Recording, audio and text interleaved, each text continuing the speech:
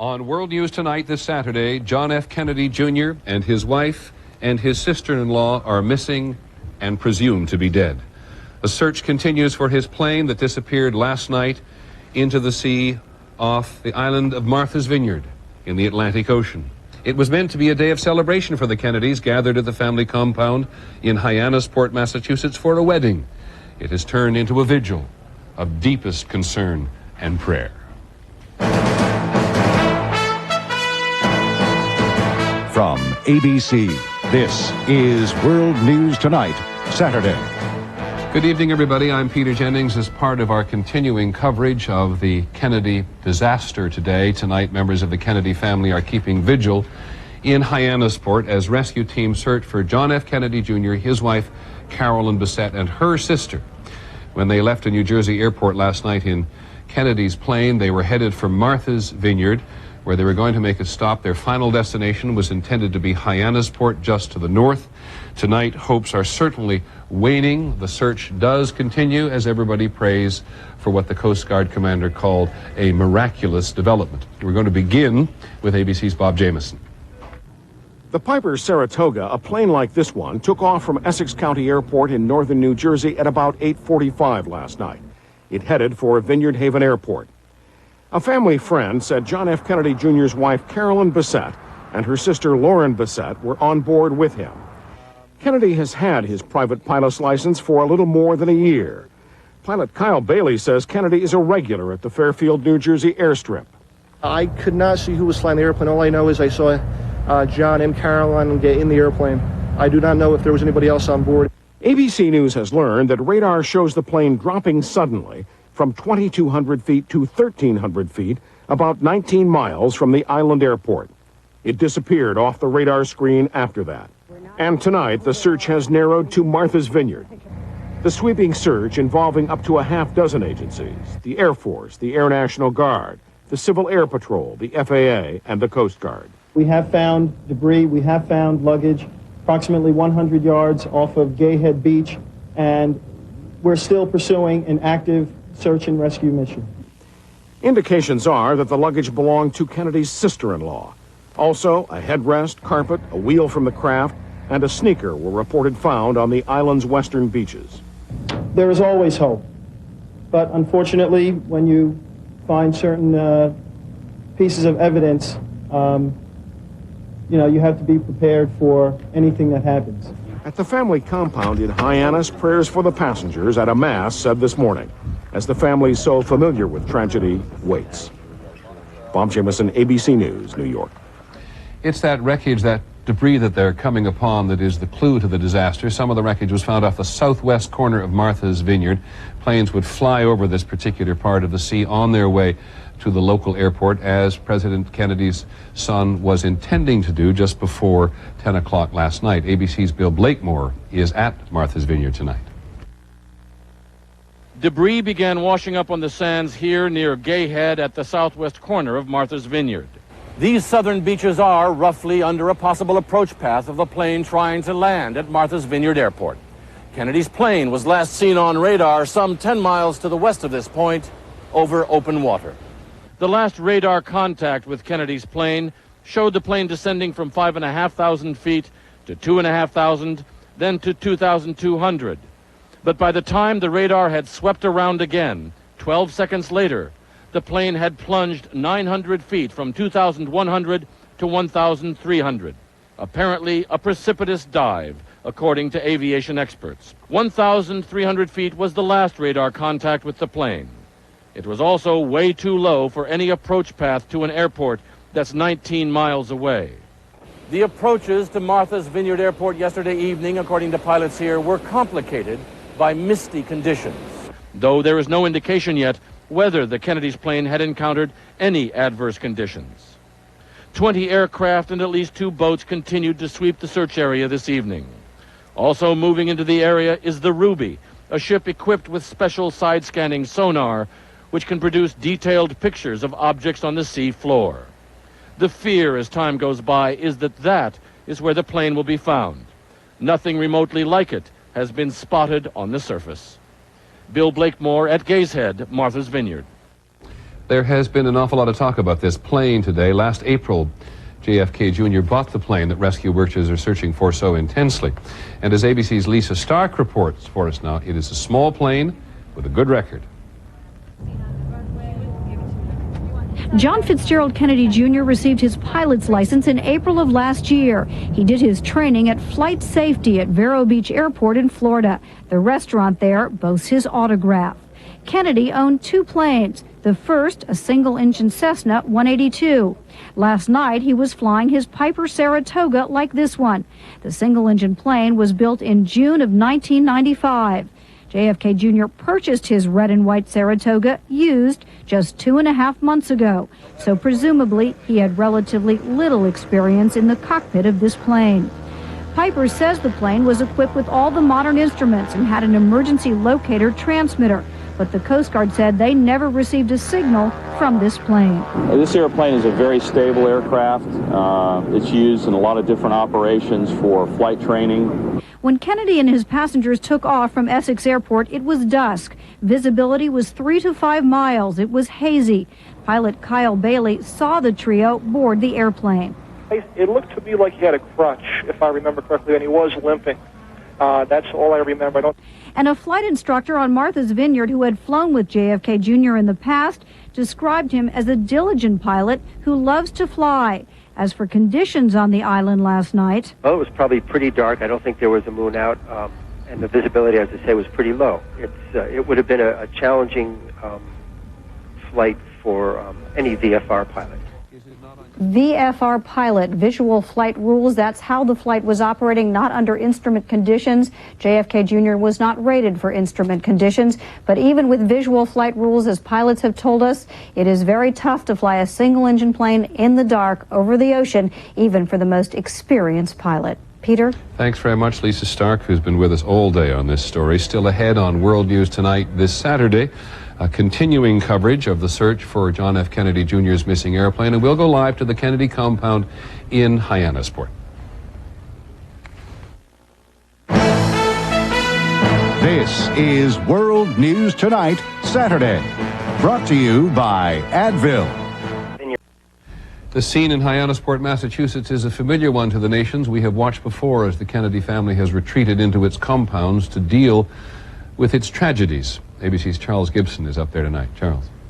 Peter, as you mentioned at the top of the broadcast, this was to be a day of Kennedy celebration, not a day of Kennedy condolence. The wedding of Rory Kennedy was to be taking place right now as we speak. 275 guests to Mark Bailey, her longtime boyfriend.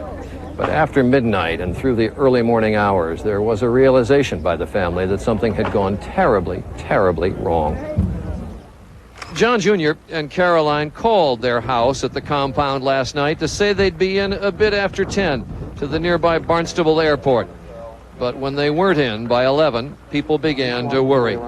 And by this morning, there was gnawing doubt. The wedding was canceled early today. Ethel Kennedy, the mother of the bride, realizing early that there could be no celebration on this day.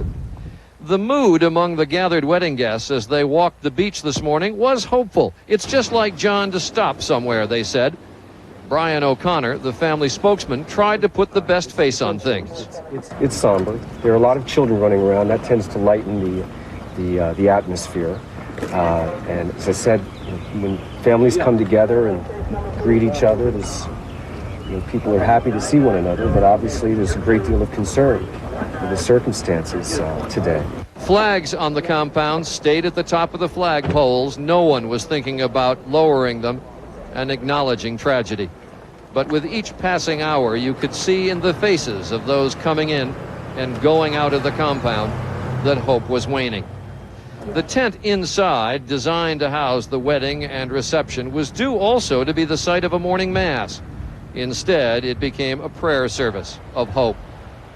John's sister, Caroline, the older child of President John F. Kennedy and Jacqueline Kennedy, was not here. She had not planned to attend the wedding. Rory, the bride-to-be, was the youngest child of Robert and Ethel Kennedy, born after her father was assassinated in 1968. She is no stranger to family tragedy. It was she who held her brother Michael as he died after a skiing accident last year. Though the wedding was canceled early today, ironically, flowers, party equipment, even wedding tuxedos to be worn by groomsmen kept arriving throughout the day. As much as possible, we are told, the Kennedys tried to keep the radios and the televisions turned off. But we do know that word is filtered in about the debris washing ashore on Martha's Vineyard, and the family knows all too well what that means. All too well, Peter. Thank you, Charlie. Charlie Gibson in Hyannis tonight. He'll be with us on an 8 o'clock special Eastern time this evening. When we come back, we'll look out across the nation to see how the nation has been reacting to the day.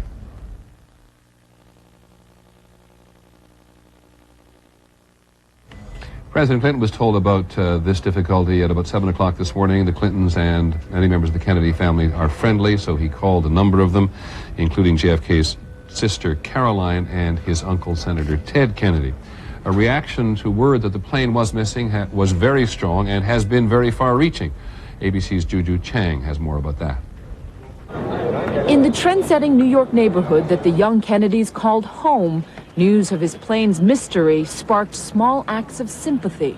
Been through so many tragedies, one tragedy after another. It's just unbelievable. Many who are too young to remember JFK's death are now deeply moved by his son's disappearance. And I hate this, that this is going to be something, a day that I'll always remember. I would rather, obviously not, but unfortunately I'll probably be telling my own children about this someday. At JFK's gravesite, visitors stopped to say prayers for the Kennedys. And I pray for him that the Lord will, find him safe. In New York's Central Park, where JFK Jr. often exercised and played sports, people talked of what could have been. If he was to go into politics, obviously he had the looks and smarts, evidently, and who knows what that could have brought. Maybe return to Camelot. Vice President Gore summed up what many were thinking today when he wistfully called JFK Jr. an extraordinary man at the height of his career. Juju Chang, ABC News, New York. There's been a similar reaction in other countries. The story of this missing plane has been front page and front broadcast news in Great Britain, Russia, Italy, and in Germany. When we come back, a life as he and his wife lived it.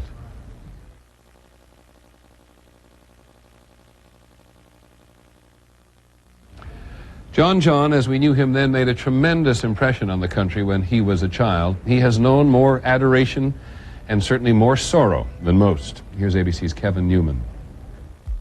It was on his third birthday that a restless John, as we knew him then, turned to salute his father's coffin as it went by. He had recently honored his father, too, by giving his first plane, not the one missing, a registration number using his father's initials and birthday, 529, May 29th, JK. There were happy memories, too. He had this desk in the Oval Office, which belonged to a sea captain. And it was made from an American frigate.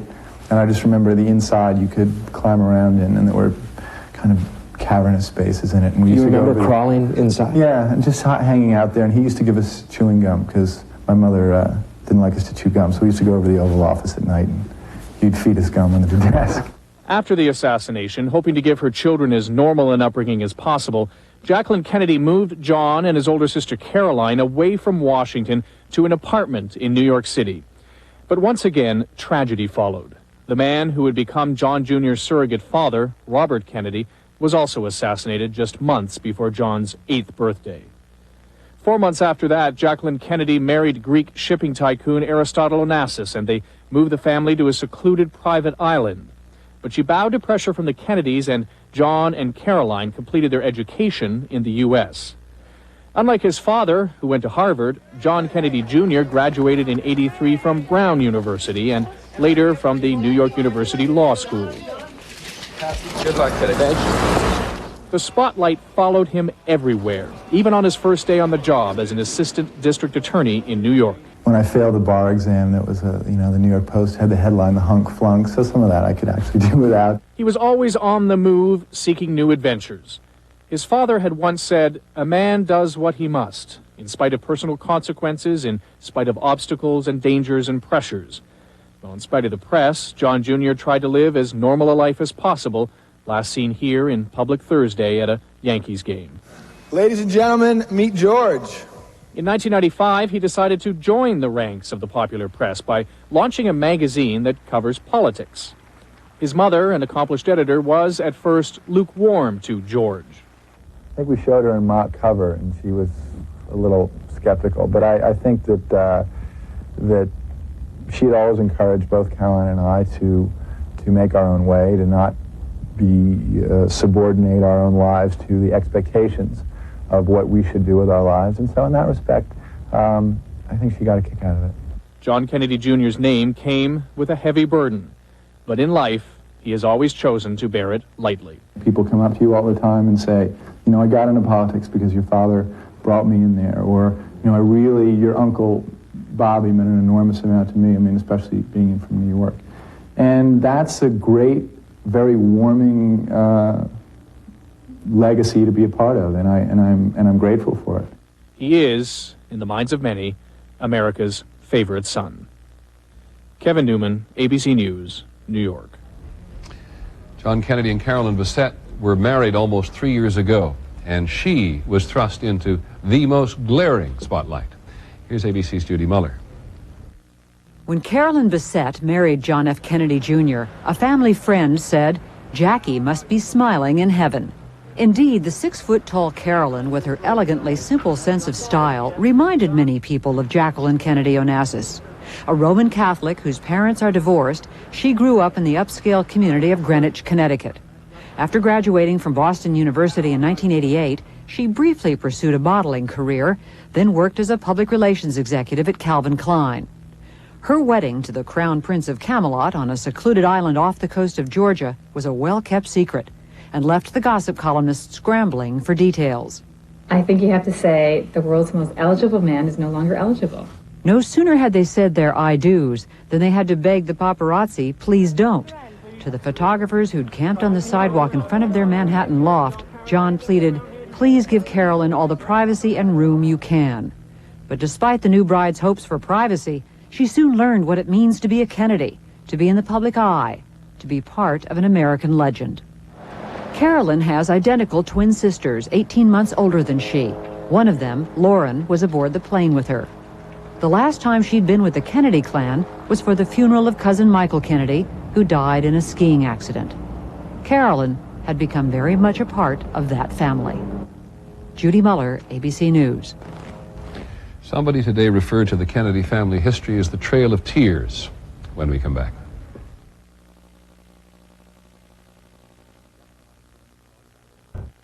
So many times down through the years, the Kennedys have been referred to as America's royalty.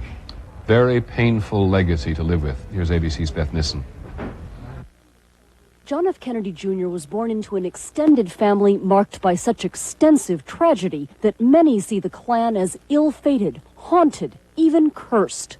There has been a thread of tragedy through the Kennedy dynasty that has lasted 70 years or more. At the head of that dynasty, Joseph and Rose Kennedy. 4 of their 9 children died tragically. Joseph Kennedy Jr. on a World War II bombing mission. Kathleen Kennedy in a 1948 plane crash. Hundreds of millions of people mourned the death of President John F. Kennedy after he was assassinated in Dallas in 1963.